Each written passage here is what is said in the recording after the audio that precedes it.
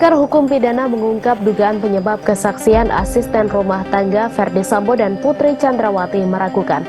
Selain itu, pakar hukum pidana Universitas Pelita Harapan Jamin Ginting mengungkap sebuah cara yang bisa dilakukan untuk membuat Susi dan Kodir bersaksi jujur. Sebagaimana diketahui, Susi dan Kodir dihadirkan sebagai saksi di persidangan kasus pembunuhan berencana Brigadir J. Dalam persidangan perkara pembunuhan maupun obstruction of justice, keterangan Susi dan Kodir dianggap sangat meragukan. Keduanya sudah diingatkan jaksa dan hakim bahwa saksi yang memberikan kesaksian palsu bisa menjadi tersangka dan dijerat ancaman pidana 7 tahun. Banyak pihak yang kemudian meminta Susi dan Kodir ditetapkan sebagai tersangka agar nantinya bisa jadi jujur di persidangan.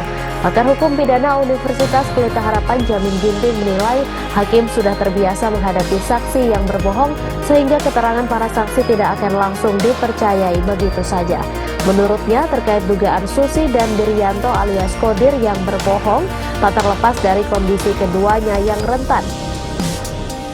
Kedua ART itu hingga kini diduga masih bekerja untuk Ferdy Sambo dan Putri Chandrawati dan mendapat upah atas pekerjaan sebagai asisten rumah tangga.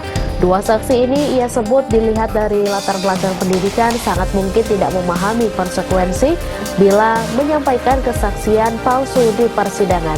Menjadikan tersangka pada dua orang tersebut bisa saja dilakukan.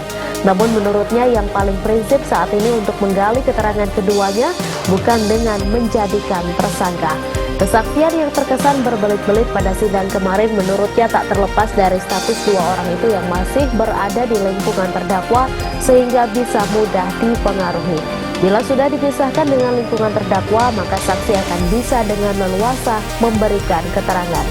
Susi baru diminta kesaksiannya untuk terdakwa Barada Richard Eliezer. Menurutnya, hakim sudah harus bertindak cepat untuk melakukan pemisahan saksi dengan lingkungan terdakwa tersebut. Ia menyarankan saksi ini di bawah perlindungan LPSK.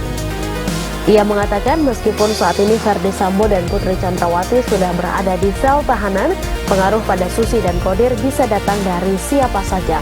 Ia mencontohkan pengaruh pada saksi bisa saja dari kuasa hukum atau pihak yang sangat berkepentingan pada perkara ini. Jamin pun mengingatkan agar jangan sampai ada pengacara yang justru mengarahkan saksi untuk memberi keterangan bohong.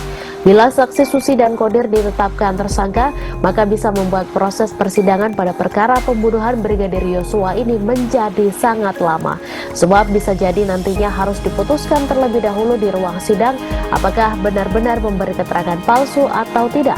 Setelah pembuktian itu barulah nantinya dilanjutkan lagi dengan sidang pembunuhan. Bila nanti saksi yang dijadikan tersangka lalu menjadi terdakwa dinyatakan bersalah, berarti keterangannya sudah tidak bisa digunakan lagi.